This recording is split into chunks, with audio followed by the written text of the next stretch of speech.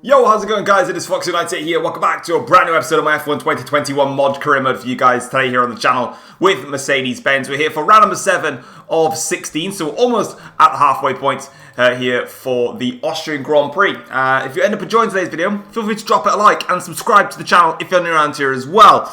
And after doing a little bit of researching, I found out that on my channel, 64.8% of you have not subscribed to this channel. I'm going to put it on the goddamn screen as many times as I can possibly make it fit and tell you that if you're watching this video and you're not subscribed, subscribe, because I'm already losing enough subscribers as it is.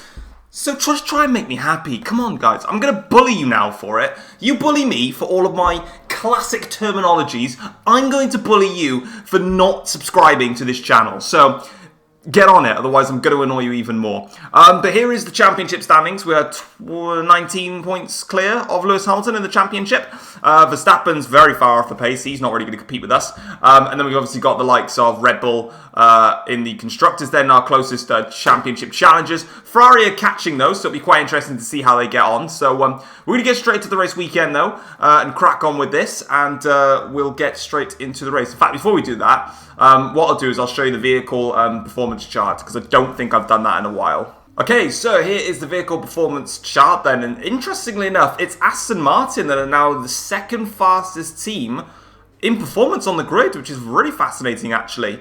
Let's go and have a look though how they've done this. So in terms of the reliability, Aston Martin have got the best reliability on the grid. Of course, we did make an upgrade to the ICE to help us just improve our durability ever so slightly on that department. In the powertrain, Aston Martin are the fastest in a straight line. We haven't yet made an upgrade. We could do. I mean, in time for the British Grand Prix, it's possible. So there's a shout there. Chassis section, Aston Martin are third, but we're currently top in that section. And then over at the aerodynamic side, again, we're very far clear, and Aston are there or thereabouts. So it's going to be interesting to see if Aston Martin can really make a difference heading into this weekend. But we're going to get straight into qualifying now. So I will see you guys into Q1. Okay, fastest lap then in that session. It's a 103.8. Lots of mistakes on the lap. I'm also noticing when I play on PC, because obviously this is on PC if you didn't know already, but I'm using an Xbox controller to race with, I get serious desyncs with my gears downshifting. It's really... Okay, Stroll's just gone quicker than me. That's awkward. I get serious desyncs with the gear shifts downshifting. I'm always having to brake earlier, which then compromises my run into each corner to the point that I'm trying to downshift, and it's just not downshifting when I want it to. So, bit of concerns, but I should have enough to get through into Q2. I don't need to go out again, I don't think. And there we go. We make it through into Q2. Hamilton decided to just go 6/10 clear of everyone because it's Hamilton. But the pace of the Aston Martins is well and truly there, actually. Very much so. Red Bull also showing their signs of struggle with McLaren splitting them. Obviously knocked out is who you'd expect. Both the Alfa Romeos, both the Williams, and then Grosjean in the Haas. Oh, that's wide. I hit the curb on the exit. I mean, it's a 102.8, so there's an improvement of around about 1 point odd seconds, but still making an error into the last corner, which is really not ideal. You can go through Gasly, or we can just, you know, train together. It's absolutely fine. You know what, we'll do that. Right, well, that was a rapid lap. That put us straight through into Q3. 3/10 clear of Lewis. I actually double-checked to make sure I didn't gain time in the last sector, despite, you know, running wide. Turns out I was like 3/10 down, so that's kind of concerning that we're quite far up ahead. So I'm just gonna do that and bring it up a notch. Alright, first qualifying lap done. It's a 103.2. About half a second down than what we did in Q2. Q2 was a very nice lap, actually, by the last corner, so we got work to do.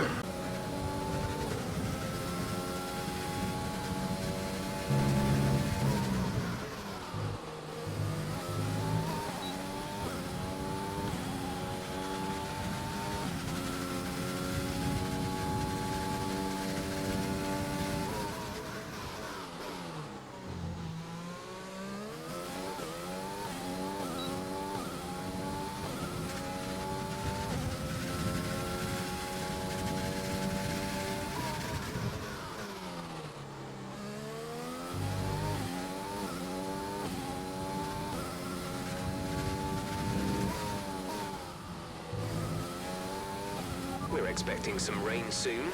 Expect the first drops in the next few minutes.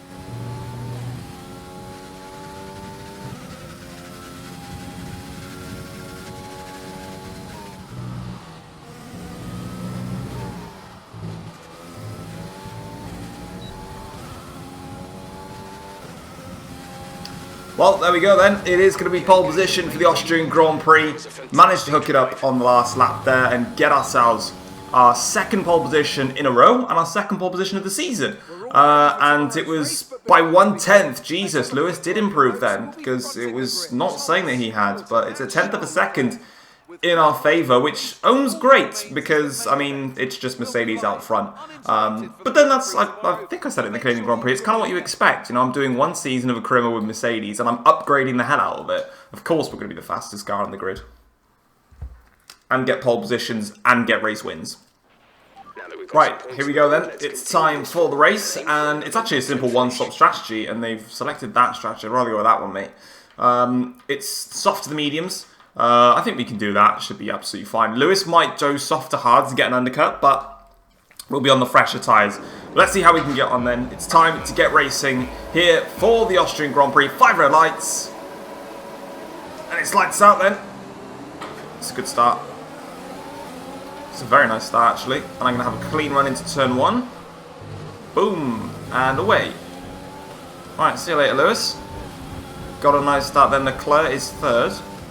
So now we just have to wait and see. Lewis is going to get a run at me towards turn 2, 3, whatever you want to call it these days. Nice. Ooh, back in coming out a bit there. But we are away. Yellow flag though in the background there. Someone's had a problem. I think they're alright though. Yeah, it looks like just the Constantina effect. That's a bit deep. But we're through safely. Good first stint this is so far. Just trying to get Lewis out of DRS. It's been enabled. And we're 1.5 seconds clear, so we've got the job done. We're out of DRS range. AI should start dropping in terms of the amount of power that they're using now. So, we put ourselves in a very nice position here. I really wanted to get out of DRS range of, of my teammate. And we've done just that. We're dropping everybody else, as you'd expect. But it was crucial to get out of DRS of Hamilton. Now we've got to try and maintain the gap. Well, an absolutely shocking lap has just put Lewis right into range to strike. Which is not what I want. So he has got DRS now. It's going to be very hard to shake him with 3 DRS zones.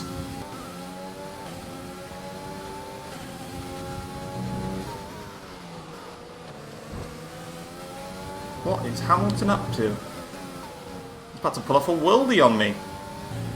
Come on. Oh, that's close. Struggling in the middle sector. It's Lewis's fastest sector. My fastest sectors are the first and third sectors. But they're completely evaporated when Hamilton is where he is, right in my slipstream and DRS, and I can't shake him because I don't have the pace in the middle sector to do it. So for the rest of this stint now, I've just got to deal with Hamilton all up my gearbox, basically. And it's not going to be fun to get him out of it, unless he starts dropping in power, but he's not going to. The rest of the field, you can see they're already 6 seconds clear. Me and Lewis are choreographing a 1 second a lap advantage, pace-wise, the rest of the field. If you guys didn't watch Formula 1 during 2014 and 2016, welcome to what it was like. It was this.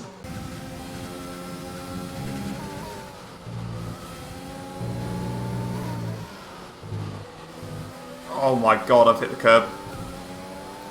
Well, Hamilton takes the lead of the Austrian Grand Prix. It was kind of coming, I've really been struggling to keep him back, but I'm just going to shut up and just try and get back past him as quick as I possibly can. I'm going to drain the battery, get as close as I can into here.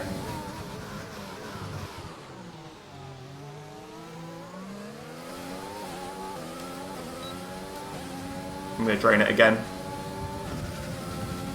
I'm going for this.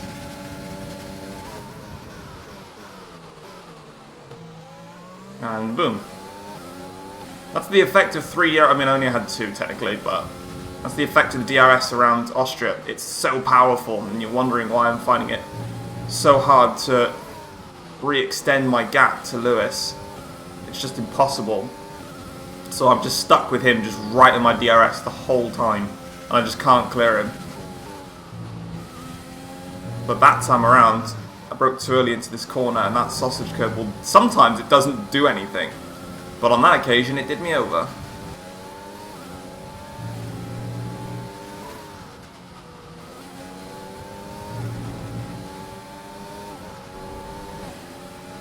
I just made another mistake.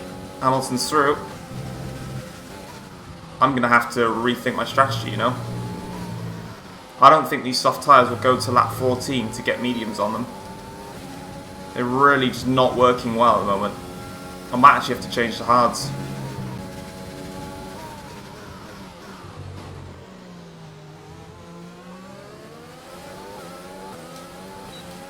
It's a super exit. Get this place back for Lewis. Same as before, deep on the brakes. But we got him. Right, I really need to focus up because these mistakes are just coming too often now. And Lewis will pull away. Oh, fuck me. This car and the... I'm going to have to get off these tyres. Do you know what? Let's do it now. Let's just get off of these. And I've missed a gear whilst I've been doing all of that as well. I don't care if Lewis does medium compound tyres. I've got to get off these softs. I'm sorry, they're really poor. What's the tyre wear on? It's 60%. Yeah, I'm not going to go any further. Sorry. Got to get off these. This is fucking awful. Just get me on a new set of tyres, please. In we go. Hard tyres on. Going to go to the end now. Making a strategy call. I think it was lap 12 that we needed a pit to go on to hards. The original strategy. I thought we could do with mediums. I'm going to clearly have to do some tyre wear work after this race. Because that's just appalling. Does mean though that we are going to rejoin track. In fact, no, the PX is going to be a bit slow for us. Yeah, well, to be honest, it's 1.2. They're going to cluster a bit though. This is going to be critical now. It's going to be really critical. This is a really hard race.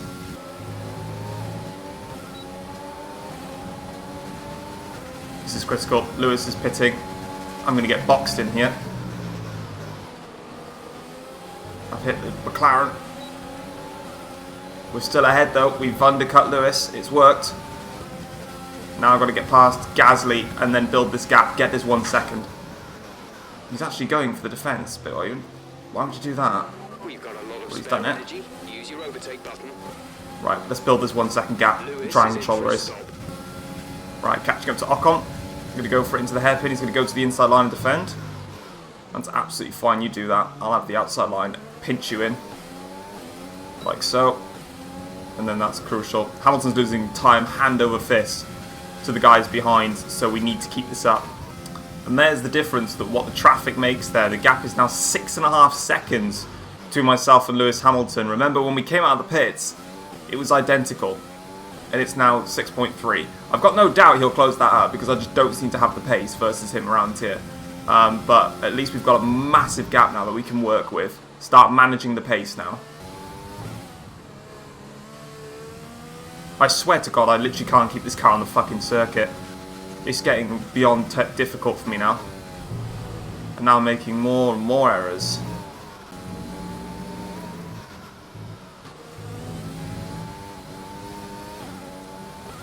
I literally cannot stop making mistakes on this freaking circuit. It's doing my head in. Crucially, what we've got though is we've got that buffer. So in the first sector, you know, we can pull away, and it's the same in the final sector, but our middle sector performance is so bad. Oh, there's a yellow flag for what looks like one of the Alpha Tauris. I think that's wide. It is. It's either Gasly or Gaffiet's out. Will that trigger a safety car? We'll have to wait and see. Pull over. It's Gasly. By the looks of it, no safety car or VSC to come from that. So we are as we are. Still in the lead. We've got a 7.2 second gap now over Hamilton, so we're really starting to... Don't get me wrong, we're still so scruffy. I've never been so scruffy in a race before, but... Caution. Crucially, you're so much... The player is so much faster than the AIs in the first and final sectors, especially the final sector, that you're just able to just mitigate all of the issues that you've got throughout a lap because of how much faster you can go in those sections. So we've taken that into consideration and we're able to manage this gap now. All helped by the traffic. Oh, we've got another yellow flag. There's a Williams up ahead. This might bring out the safety car. If it does, I've got a fresh set of mediums that I might just bolt on for some fun. It's an engine failure, that's for sure. I can see that. And then he pulls over. I think that's Russell, it is. Russell, they are out of the race. No safety car. Green flag. But Mylander clearly cannot be bothered to get into the Mercedes and do some safety car laps. He's quite happy with a cup of tea and probably whatever they have in Austria for food. I think he can't be bothered. Don't blame him. Just leave me carry on with my own race. The hell, Jesus Christ. Well, here we are then, out of the last corner, crossing the line then to win the Austrian Grand Prix. In the end, we managed to get somewhat of a hold of ourselves after a really quite awful first stint.